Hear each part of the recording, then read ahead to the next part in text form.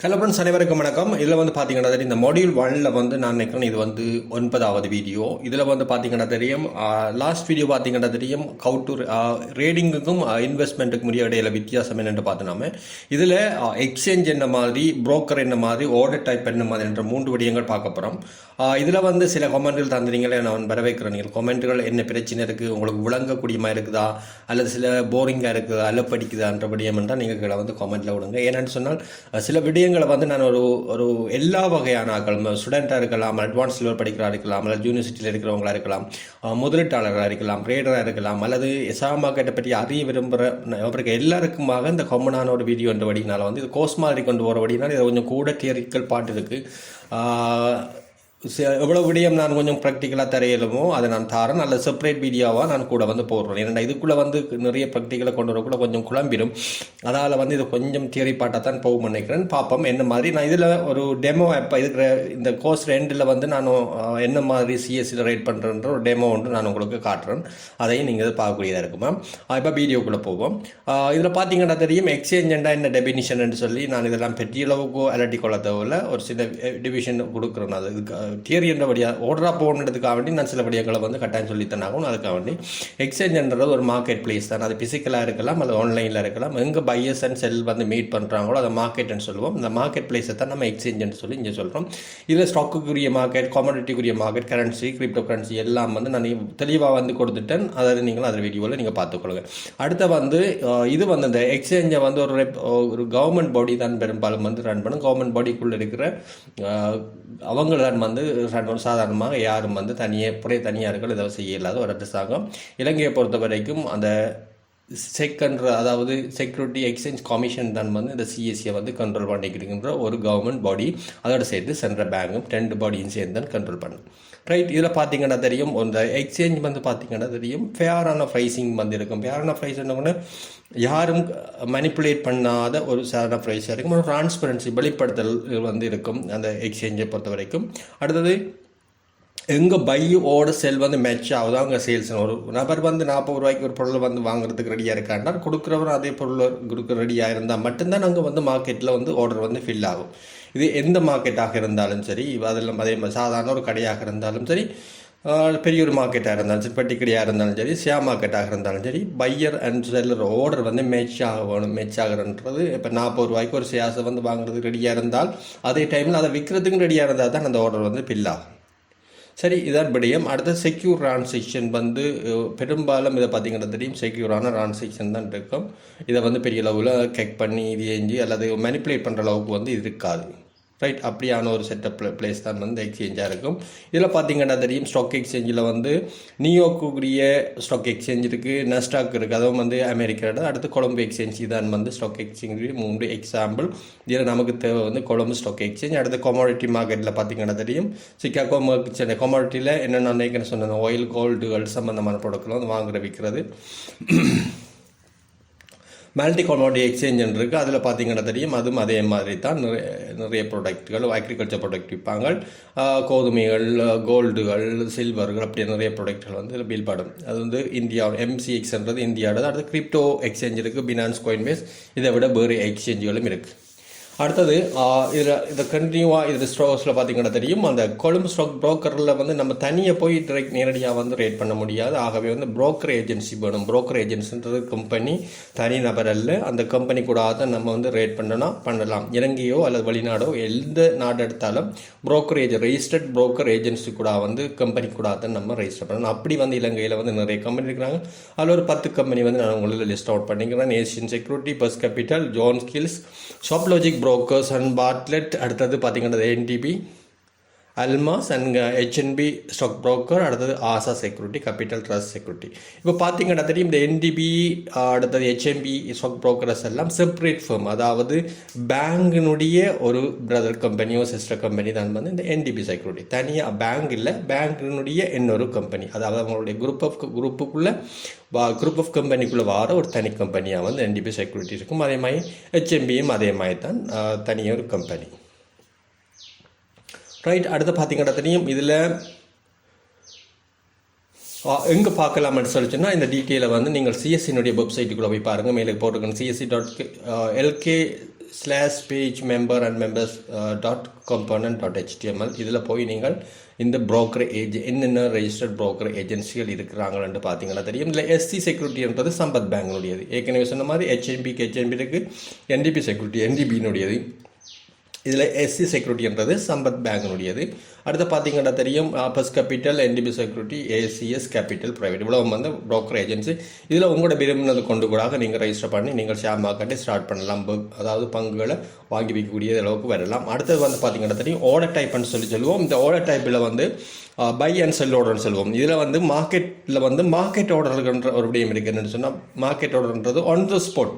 இப்போ market price வந்து கரண்ட்லியாக இப்போ நீங்கள் என்ன அந்த செகண்டில் இப்போ 10:51 அந்த செகண்டில் வந்து என்ன நீங்கள் வாங்க போகிறீங்களா, அந்த ட்ரேடில் உள்ள டைம் உள்ள என்ன ப்ரைஸ், மார்க்கெட் ப்ரைஸ் போகிறீங்க. மார்க்கெட் காலையில் ஒரு ப்ரைஸ் இருக்கும், மதியம் ஒரு ப்ரைஸ் இருக்கும், ஈவினிங் ஒரு ப்ரைஸ் இருக்கும். நீங்கள் என்ன டைமில் மார்க்கெட் பை பண்ண போகிறீங்களோ அந்த டைமில் இமீடியட் பை, அந்த இது வந்து மார்க்கெட் ஆர்டர்னு சொல்லுவோம்.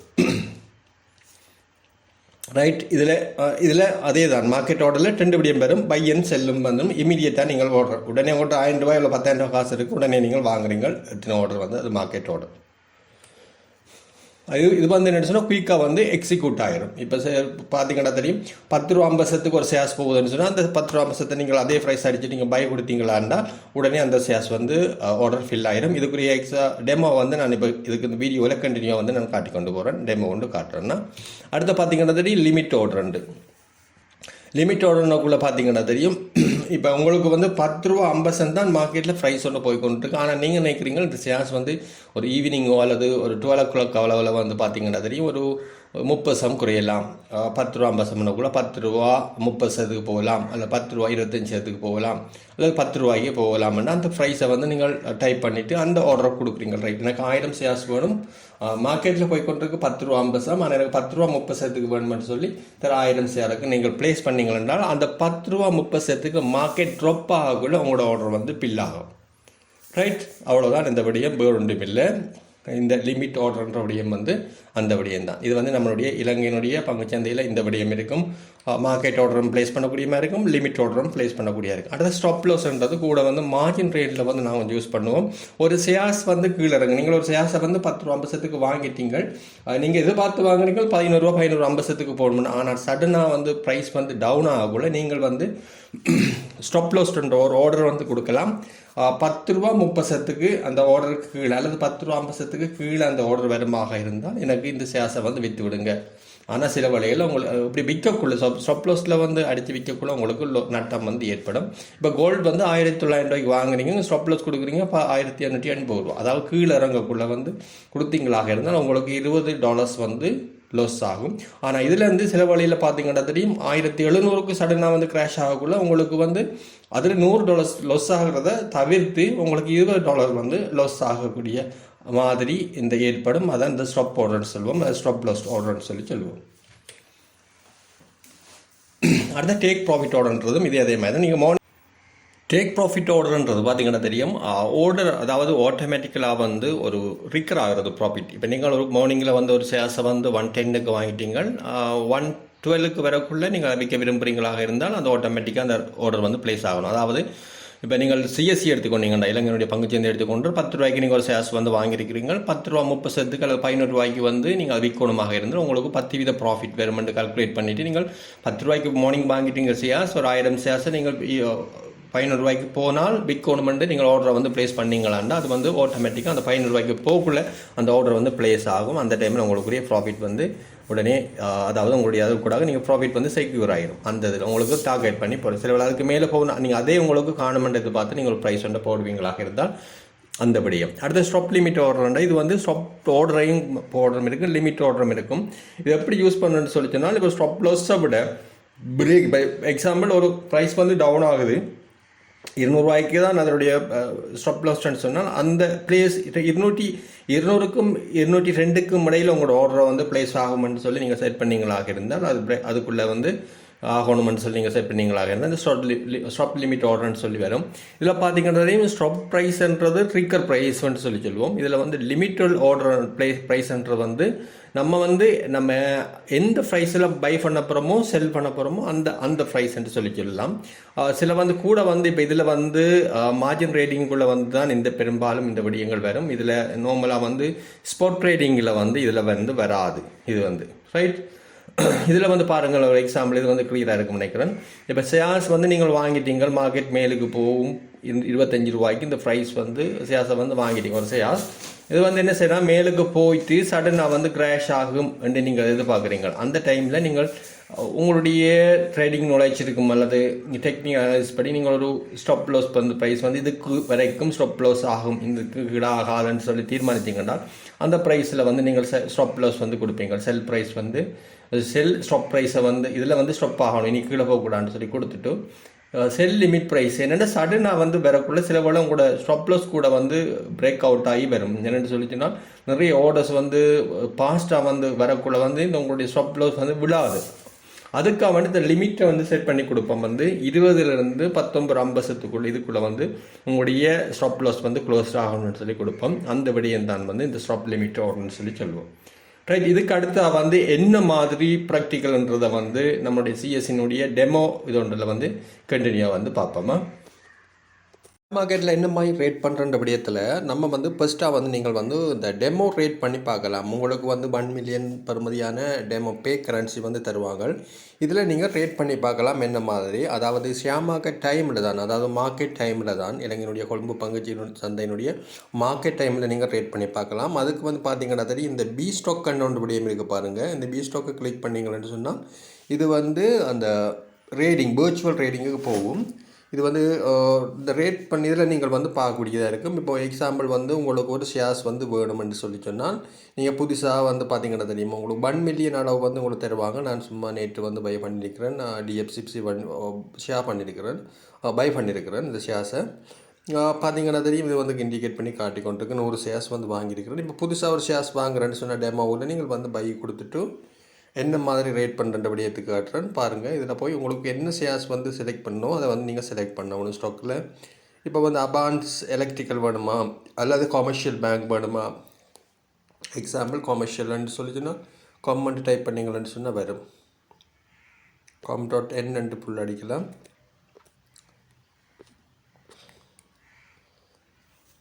காம் பேங்க் என் இருக்குது. இந்த ஷேர்ஸை நீங்கள் செலக்ட் பண்ணலாம்.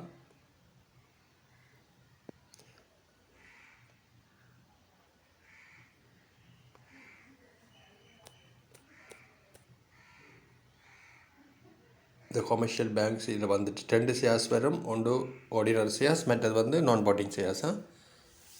இதில் வந்து எனக்கு வந்து ஒரு 100 ஷேர்ஸ் வேணுமென்னு சொல்லிச்சுன்னா அந்த 100 டைப் பண்ணிவிட்டு